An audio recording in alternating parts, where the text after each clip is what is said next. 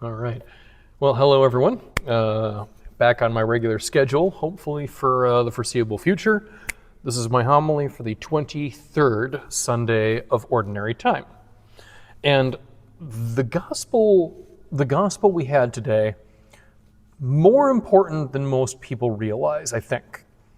This is where Jesus says, "Whoever does not carry his own cross cannot be my disciple."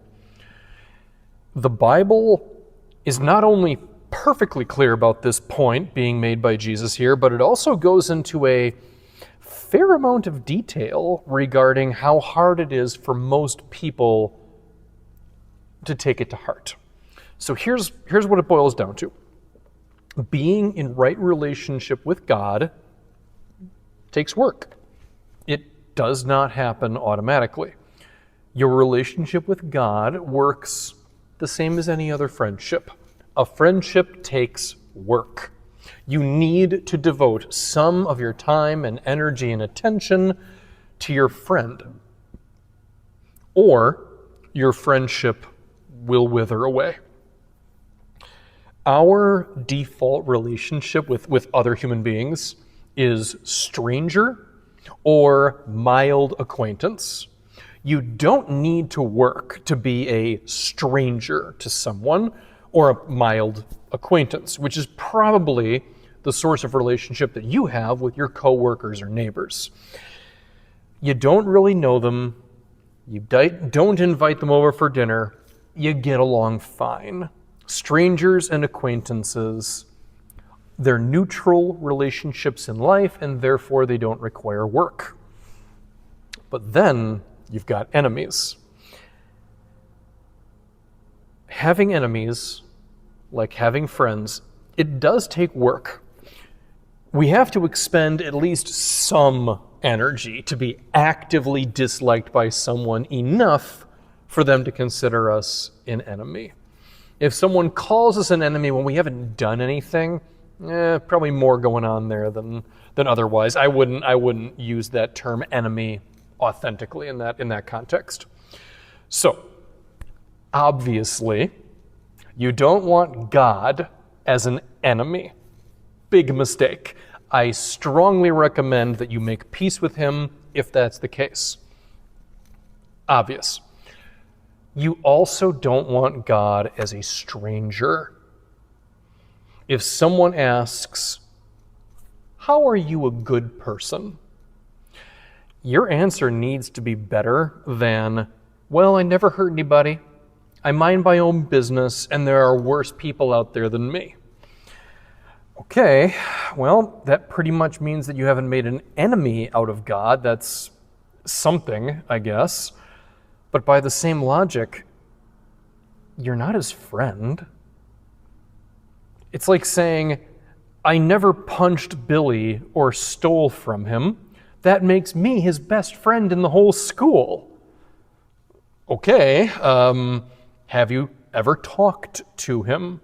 More to the point, did you defend him or stand up for him when others were punching him or stealing from him? I trust that you see the point that's at work here. When the gospel says you must take up your cross to be Christ's disciple, it means that a relationship takes work. If Billy is getting beaten up on the playground, a real friend will be willing to take a punch or two at his side. If Christ is carrying his cross, then we too should carry another cross, our personal cross, at his spiritual side.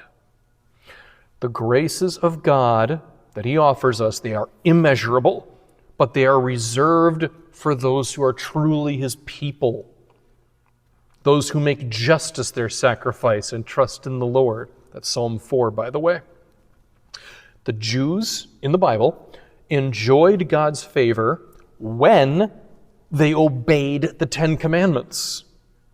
And they fell out of favor when they stopped caring about the Ten Commandments. In the Christian faith, it's the same deal. Aside from the Ten Commandments, which we should also follow, we should also embody the Beatitudes, love our neighbors as ourselves, turn the other cheek to our tormentors, if we spend our whole lives ignoring this stuff, then eventually we will find that we are not friends of Christ. We're merely strangers.